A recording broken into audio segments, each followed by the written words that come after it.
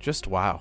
What an incredible first episode. If you all didn't know, Infinity Train had actually released its first full-length episode on the Cartoon Network website, and honestly, Cartoon Network has outdone themselves with this one. Now, if you're kind of new to all this and have no idea what Infinity Train was, around 3 years ago, they had released a pilot on the Cartoon Network YouTube channel, which is still up to this day if you want to check it out, and essentially people really took a liking to it, myself included, and next thing you know, we have a whole season on the way. But let's actually talk about the first episode, because honestly, it's probably the best first episode of any series I've seen out of Cartoon Network, really in any cartoon period on the platform. Just man, I can't stop thinking about how good it was. Anyway, the episode begins with Tulip and her friend Michaela on their way home from what appears to be the last day of school, as they're talking about going to summer camp. In their conversation, you find out that Tulip is actually really big on game design, and that her parents have recently just been going through a big divorce, and Tulip's not really taken too kindly to that. The way Tulip acts is very grounded and realistic. I mean, I can really feel for her and how she's going through this whole change in her life, and it really makes you start to love her as a character already. Now, Tulip is played by Ashley Johnson, who is actually the voice actor for a lot of characters and a lot of things. Most noteworthy would be Ellie from The Last of Us, and you just hear nothing but Ellie's voice when you hear this character. It's kind of hard to separate the two, but she does a great job. I mean, you could really tell her background of voice acting has really excelled this character. When she gets home, she finds out that apparently they can't take her to summer camp, and she's really frustrated by it. And the scene that follows with her and her mother is really emotionally gripping, and honestly, the whole episode is kind of like this. Like, you kind of just don't want to take your eyes off the screen. I mean, I was kind of sitting there with this gasped look on my face, like I couldn't really take my eyes away from the screen the whole time, and the pacing is just really on point, and it kind of sucks that it's only 11 minutes long and not a full 20-minute thing, but I like that they don't wrap everything up in that 11 minutes. They leave it so it's kind of like it's continuing. I know it's supposed to air in like a 5-day thing or 5-night special, so I get that's kind of why they're doing it like that. Another thing to note that is probably just because it's the first episode and it's really trying to get you engaged, the presentation in the show is just pure astonishing.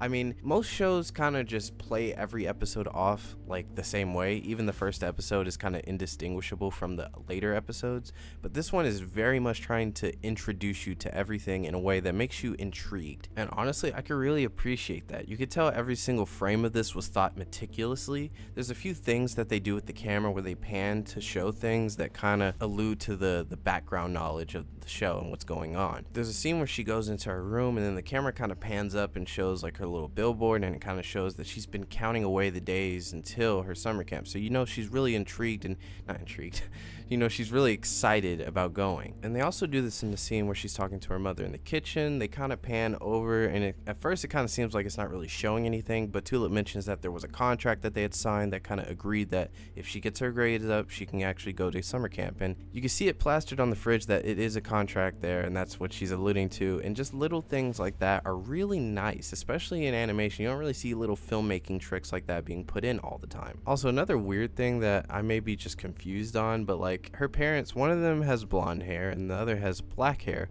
So how does Tulip have red hair? Where does that kind of factor in? Is it just like a one recessive gene that just kind of resurfaces or something? I don't know. It's a little weird, kind of weird thing to point out, but I don't know. Comment down below. Let me know. So Tulip gets frustrated. She's like, F this, I'm going and I'm leaving myself. She goes and finds the Infinity Train. At least she thinks it's a normal train, so she hops on, and next thing you know, she's in the snowy biome area, and she meets this robot 1-1, who is really cool. I like how he has like two personalities. He has like the super brooding and depressing one, and then like the super happy and chipper one. We don't really know where he comes from or why he factors in some way, but he's probably going to be important. So she ends up going through train cars, and there's these weird rad roach looking creatures that can fly, and they remind me of like the Dementors in Harry Potter. Like there's one moment where she kind of gets pounced on by one of them, and it literally is like sucking the life out of her. It's really kind of dark for a kid's show, like as far as like imagery goes, but it's really intriguing because you know all this stuff is going to be, you know, explained later. There's going to be a reason for why all these things exist and why there's this fantastical train and what's going on and stuff like that. And that's what the show is trying to do. The first episode is trying to hook you so that way you're on board for the ride. You want these answers. You want to find out what's going on. And I can really appreciate that. I mean, like, don't give me everything, you know, just kind of give me little hints and give me little things, and then let me kind of string me along. I like to be played with, you know. Just keep doing it. I like it. Anyway, she ends up escaping the little rad roach creatures, and right here is where the episode kind of ends. And we know that there's more coming, so we have to wait about a week or two. But honestly, this episode alone has kind of sold me on the whole series. I mean, the pilot was really good, but I didn't necessarily know what kind of tone this whole show was going to have as a whole. But the presentation, the synth music, oh my goodness, the voice acting talent we have. I mean, there's a lot to be looking forward to. So I'm going to be on board watching this show.